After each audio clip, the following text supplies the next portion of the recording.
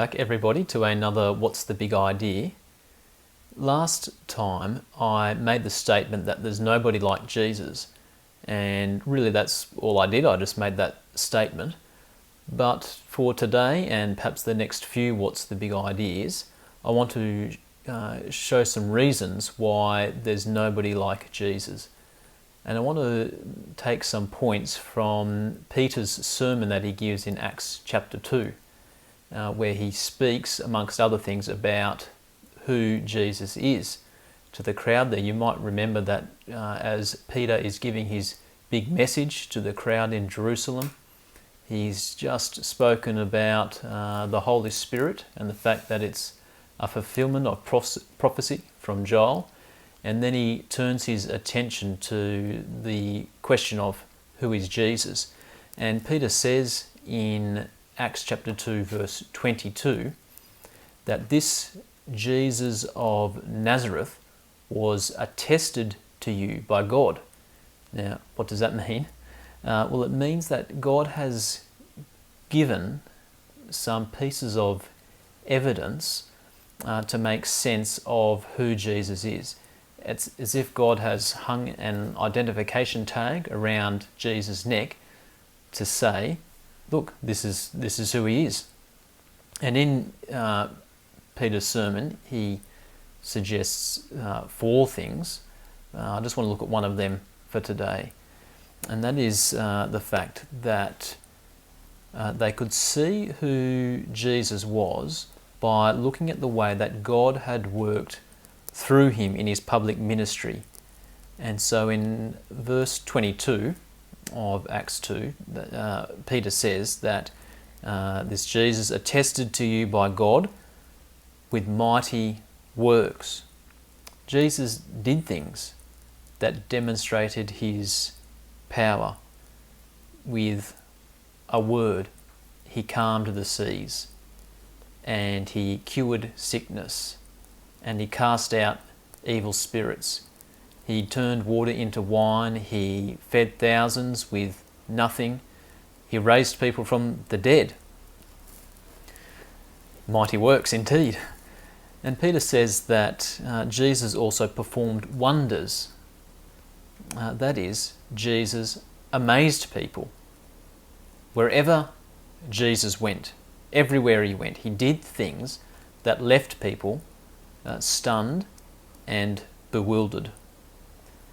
And so a question just for us today is, well, does Jesus amaze you? If you really know who Jesus is, then he really amazes you.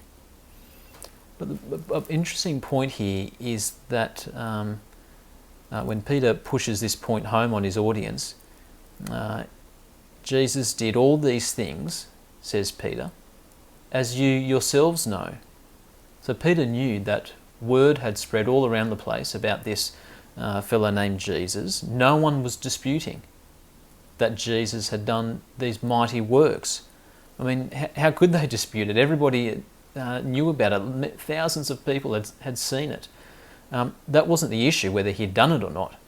The issue was, well, what does it mean for this fellow to be doing these things? What does it mean about who Jesus is? Who is this guy? And that's the very question that people were asking all the time, everywhere he went. Who is this man? And even his closest friends, the disciples, asked that question on several occasions.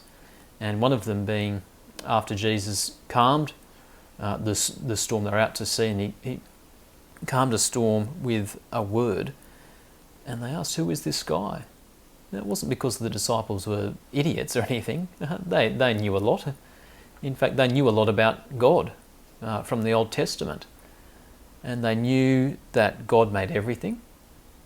They knew that God made the world, and that God made the seas and weather patterns, as well as the sun and the moon and the stars.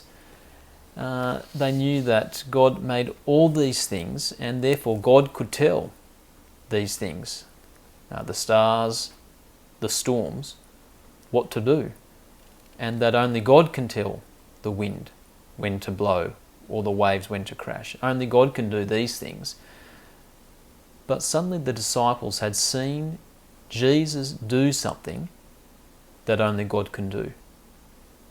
And so they asked out of fear, who is this guy?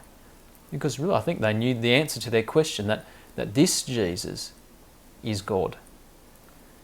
And the writer to the Hebrews says in Hebrews chapter 1 verse 3, this is how he puts it.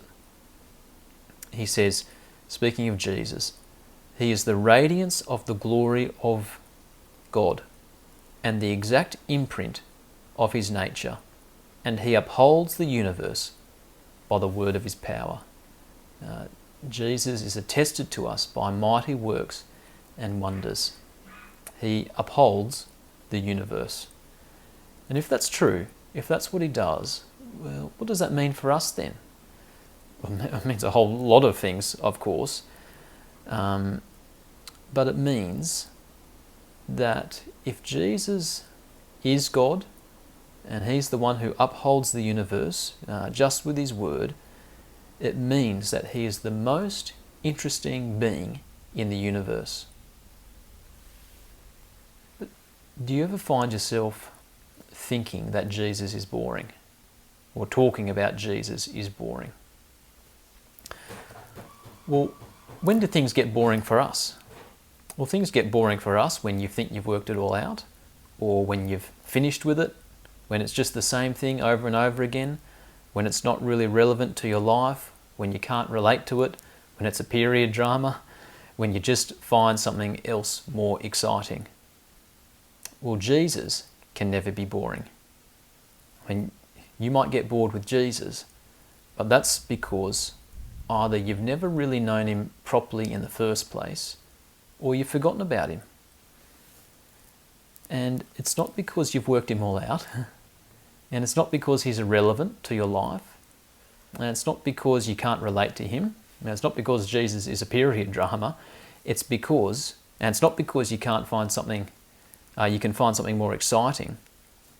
Because if you were to say to Jesus, well, sorry Jesus, I'm just more interested in this other thing, well then he would say, but I made it, and I sustain it.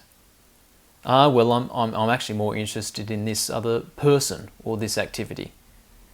Well, Jesus would say, yep, I uphold that by the word of my power as well. Well, what about this one? Yep, that too. Let me guess, this as well? I made and am upholding everything to display my glory and my greatness, says Jesus. Jesus can never be boring. There's too much of him. And do you know what? The good news is that not only is Jesus the person in whom we're supposed to be most interested, but it just so happens that he is the most interesting person in the universe anyway.